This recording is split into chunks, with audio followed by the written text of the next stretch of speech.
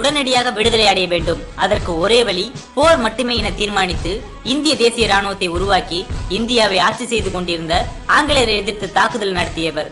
நாட்டின் விடுதலைக்காக ஆயுதம் ஏந்தி ராணுவ ரீதியாக போராடிய மாவீரன் நேதாஜி சுபாஷ் சந்திர போஸின் வாழ்க்கை வரலாறு மற்றும் சாதனைகளை விரிவாக இந்த வீடியோ தொகுப்பில் பார்க்கலாம். இந்திய விடுதலை போராட்ட வீரரான நேதாஜி சுபாஷ் சந்திர போஸ் அவர்கள் 1897 ஆண்டு ஜனவரி மாதம் 23ஆம் நாள் இந்தியாவின் ஒரிசா மாநிலத்தில் உள்ள கட்டாக் என்ற இடத்தில் ஜானகிநாத் போஸுக்கும் பிரபாவதி தேவிக்கும் 9வது மகனாக ஒரு வங்காள இந்து குடும்பத்தில் பிறந்தார்.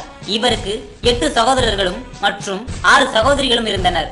இவருடைய தந்தை புகழ்பெற்ற வழக்கறிஞராகவும் பணியாற்றி வந்தார். நேதாஜி சுபாஷ் சந்திர போஸ் அவர்கள் தன்னுடைய ஆரம்ப கல்வியை கட்டாக்கில் உள்ள பாப்டிஸ்ட் மிஷன் ஆரம்ப பள்ளியில் தொடங்கினார். பின்னர் 1913இல் கொல்கத்தா ரேவன்சா கல்லூரியில் தன்னுடைய உயர்கல்வியை முடித்த அவர் படிப்பில் முதல் மாணவனாகவும் விளங்கினார். சிறு வயதிலிருந்தே விவேகானந்தர் போன்றோரின் ஆன்மீக கொள்கைகளை ஆர்வமுடன் படித்து வந்தார். 1915ஆம் ஆண்டு கொல்கத்தா பிரசிடென்சி கல்லூரியில் சேர்ந்த அவர் CF ஓட்டன் என்ற ஆசிரியர் இந்தியாவுக்கு எதிரான கருத்துக்களை சொன்னதால் ஏற்பட்ட தகராறால் கல்லூரியை விட்டு நீக்கப்பட்டார். பின்னர் ஸ்காட்டிஷ் சர்ச் கல்லூரியில் சேர்ந்து இளங்கலை பட்டம் பெற்ற அவர் தன்னுடைய பெற்றோர்களின் விருப்பத்திற்காக 1919ஆம் ஆண்டு ICS தேர்வுக்கு படிக்க லண்டனுக்கு சென்று ICS தேர்வில் 4வது மாணவனாக தேர்ச்சி பெற்றார். 1919இல் நடந்த ஜாலியன் வாலாபாக் படுகொலை சம்பவம் சுபாஷ் சந்திர போஸை விடுதலை போராட்டத்தில் ஈடுபட தூண்டியது. அப்பாவி மக்கள் மீது நடத்தப்பட்ட இந்த தாக்குதல் வெள்ளையர் ஆட்சி மீது சுபாஷ் சந்திர போஸிற்கு வெறுப்புணர்வு அதிகரித்தது மட்டுமல்லாமல் லண்டனில் தன்னுடைய பணியை துறந்து 1921ஆம் ஆண்டு இந்தியா திரும்பி வரவும் செய்தது. பாரத நாட்டின் விடுதலைக்காக இத்தாலி, ஜெர்மனி, ஐரோப்பா, ஆஸ்திரேலியா போன்ற நாடுகளுக்கு பயணம் செய்த நேதாஜி அவர்கள் ஆஸ்திரேலியாவை சேர்ந்த எமிலி என்பவரின் அறிமுகம் கிடைத்தது. இவர்களின் சந்திப்பு பிறகு காதலாக மலர்ந்து டிசம்பர் 27, 1937ஆம் ஆண்டு இருவரும் திருமணம் செய்து கொண்டனர். இவர்களுக்கு 1942ஆம் ஆண்டு அனிதா போஸ் என்ற மகளும் பிறந்தார். தன்னுடைய நாட்டை அடிமைப்படுத்தி வைத்திருக்கும் ஆங்கிலேயர்களிடம் வேலை செய்யக்கூடாது என கருதி தன்னுடைய பதவியை ராஜினாமா செய்துவிட்டு இந்தியா திரும்பிய சுபாஷ் சந்திர போஸ் அவர்கள் இந்திய தேசிய காங்கிரஸ் கட்சியில் இணைந்தார். CR தாஸை அரசியல் குருவாக கொண்டு போராட்டத்தில் ஈடுபடவும் தொடங்கினார். 1922ஆம் ஆண்டு வேல்ஸ் எனும் இளவரசரை இந்தியாவிற்கு அனுப்ப பிரிட்டன் அரசு தீர்மானித்தது. இதனால் வேல்ஸ் வருகையை எதிர்த்து போராட்டங்கள் நடத்த காங்கிரஸ் முடிவு செய்தது. கொல்கத்தா தொண்டர் படையின் தலைவராக பொறுப்பேற்று தன்னுடைய எதிர்ப்பை வெளிப்படுத்திய நேதாஜி மற்றும் மேலும் பல காங்கிரஸ் தொண்டர்களையும் ஆங்கில அரசு கைது செய்தது. சட்டசபை தேர்தல்களில் இந்தியர்கள் போட்டியிட்டு சட்டசபைகளை கைப்பற்றுவதன் மூலம் இந்திய சுதந்திரத்தை விரைவில் பெற முடியும் என CR தாஸும் நேருவும் கருதினர். ஆனால் காந்தி எதிர்த்தார். இதனால் காந்திக்கும் தாஸுக்கும் கருத்து வேறுபாடு ஏற்பட்டு கட்சியிலிருந்து பிரிந்தார்.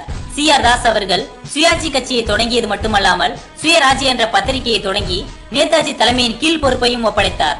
1928ஆம் ஆண்டு காந்திஜியின் தலைமையில் தொடங்கிய காங்கிரஸ் மாநாட்டில் சுயாட்சிக்கு எதிர்ப்பு காட்டிய காந்திஜியின் முடிவை தவறு என நேதாஜி எதிர்த்து கூறினார். இதனால் காந்திக்கும் நேதாஜிக்கும் இடையே கருத்து வேறுபாடு ஏற்பட்டது. பிறகு இந்திய விடுதலைக்கு ஆதரவு தேடி ஐரோப்பாவிற்கு தன்னுடைய பயணத்தை மேற்கொண்டார். 1938ஆம் ஆண்டு இந்திய தேசிய காங்கிரசின் தலைவராக தேர்ந்தெடுக்கப்பட்ட நேதாஜி அவர்கள் நான் தீவிரவாதிதான், எல்லாம் கிடைக்க வேண்டும் அல்லது ஒன்றுமே தேவையில்லை என்பதுதான் எனது கொள்கை என முழங்கினார். நேதாஜி அவர்கள் தலைவரானதும் ரவீந்திரநாத் தாகூர் அழைத்து அவருக்கு பாராட்டு விழா நடத்தியதோடு மட்டுமல்லாமல் நேதாஜி என்ற பட்டத்தையும் அவருக்கு வழங்கினார். 1939ஆம் ஆண்டு 2வது முறையாக காங்கிரஸ் தலைவர் பதவிக்கு நேதாஜி போட்டியிட்டார். போஸின் செல்வாக்கு உயர்ந்து வருவதை கண்ட காந்தி அவருக்கு எதிராக நேருவையும் ராஜேந்திர பிரசாத்தையும் போட்டியிடுமாறு வற்புறுத்தினார். அவர்கள் போட்டியிட மறுக்கவே பட்டாபி சீதாராமையாவை நிறுத்தினார். ஆனால் அவர் தேர்தலில் தோற்றுவிடவே தனக்கு பெரிய இழப்பு என கருதிய காந்தி உண்ணாவிரதம் இருக்க தொடங்கினார். இதனால் நேதாஜி அவர்கள் காங்கிரஸ் கட்சியில் இருந்து தானாகவே வெளியேறினார். பிரித்தானிய அரசுக்கு எதிராக மக்களை ஒன்று திரட்டுகிறார் என கூறி 1940ஆம் ஆண்டு ஆங்கிலேய அரசு நேதாஜியை கைது செய்து சிறையில் அடைத்தது. 2ஆம் உலக போர் நடந்து கொண்டிருந்த மும்மரமான காலகட்டம் அது. பாரத தேசத்தை ஆண்டு கொண்டிருந்த ஆங்கில அரசை எதிர்க்க இதுதான் சரியான தருணம் என கருதிய நேதாஜி அவர்கள் ஜனவரி 17, 1941ஆம் ஆண்டு மாறுவிடம் அணிந்து சிறையிலிருந்து தப்பி ஆப்கானிஸ்தானை அடைந்தார். பிறகு ரஷ்யா வந்து அடைந்த அவர் எதிர்பாராத விதமாக ஹிட்லரின் அழைப்பு வரவே அவரின் அழைப்பை ஏற்ற பின்னர் ஜெர்மனியில் உள்ள மாஸ்கோவை அடைந்த அவர் இந்திய சுதந்திரத்தை பற்றி ஹிட்லரிடம் பேசி அவருடைய உதவியை நாடினார். 1941ஆம் ஆண்டு சுதந்திர மையம் என்ற அமைப்பை தொடங்கிய நேதாஜி அவர்கள் சுதந்திர இந்திய வானொலியை தொடங்கியதோடு மட்டுமல்லாமல் இந்திய விடுதலை போராட்டத்தை மையப்படுத்தியும் உலகப் போர் பற்றிய செய்திகளையும் இதில் ஒளிபரப்பினார். பிறகு ஜெர்மன் அயலுறவுத்துறை அமைச்சர் வான் ரிப்பன் ராபின் உதவியுடன் சிங்கப்பூரில் ராஸ் பிகாரி போஸ் தலைமையில் தொடங்கப்பட்டு செயல்படாமல் கிடந்த இந்திய தேசிய ராணுவத்திற்கு தீவிர பயிற்சி அளித்து அதனை தலைமையேற்றியும் நடத்தினார். 1943ஆம் ஆண்டு சிங்கப்பூரில் நடந்த மாநாட்டில் அரசு தேசிய கொடியை ஏற்றி சுதந்திர அரசின் பிரகடனத்தை வெளியிட்டார். பிறகு ஜப்பான், ஜெர்மனி மற்றும் இத்தாலி போன்ற நாடுகளின் ஆதரவுடன் பர்மாவில் இருந்தபடியே இந்திய தேசிய ராணுவ படையை கொண்டு 1944இல் ஆங்கிலேயரை எதிர்த்தார். ஆனால் இந்திய தேசிய படை பல காரணங்களால் தோல்வியை தழுவி பின்வாங்கியது.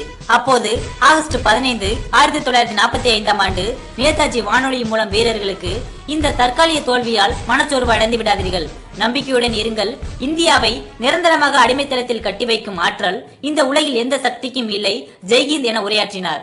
அன்று அவர் குறிப்பிட்டபடியே சரியாக 2 ஆண்டுகளில், அதாவது ஆகஸ்ட் 15, 1947ஆம் ஆண்டு இந்தியா விடுதலை பெற்றது. ஆகஸ்ட் 18, 1945ஆம் ஆண்டு நேதாஜி பயணம் செய்த விமானம் பர்மோசா தீவுக்கு அருகே விபத்துக்கு உள்ளாகி அவர் இறந்து விட்டார் என ஜப்பானிய வானொலி அறிவித்தது. இந்த செய்தி இந்திய மக்களை நிலைகுலைய செய்தது. நேதாஜி இறந்து விட்டார் என்பதை பலரும் நம்பவில்லை. இறுதி வரை அவருடைய மரணம் மர்மமாகவே புதைந்துவிட்டது. எனக்கு ரத்தம் கொடுங்கள், உங்கள் சுதந்திரத்தை பெற்றுத் தருகிறேன் என கூறிய இந்திய புரட்சி நாயகன் நேதாஜி சுபாஷ் சந்திர போஸ் பாரத நாட்டை அடிமைப்படுத்தி வைத்திருந்த ஆங்கிலேயரை எதிர்த்து ராணுவ ரீதியாக போராடிய ஈடு இணையற்ற மாவீரன் என்பதை யாராலும் மறக்க முடியாது. இந்தியாவின் முதல் ராணுவத்தை கட்டமைத்து இந்தியர்களின் ஆயுத கையாளுமையை உலகறிய செய்தவர். அவர் முயற்சி சற்று பின்னடைவை சந்தித்தாலும் அவரது வீரம் என்றென்றும் நினைவு கூறத்தக்கது. சுதந்திர இந்தியாவிற்காக தன்னையே அர்ப்பணித்துக் கொண்ட நேதாஜி அவர்கள் ஒவ்வொரு இந்தியனின் நெஞ்சிலும் இன்றளவு நீங்கா இடம் பெற்றிருக்கிறார். நேதாஜி சுபாஷ் சந்திர போஸை பற்றி உங்கள் கருத்துக்களை கீழே உள்ள கமெண்ட் பாக்ஸில் பதிவு பண்ணவும்.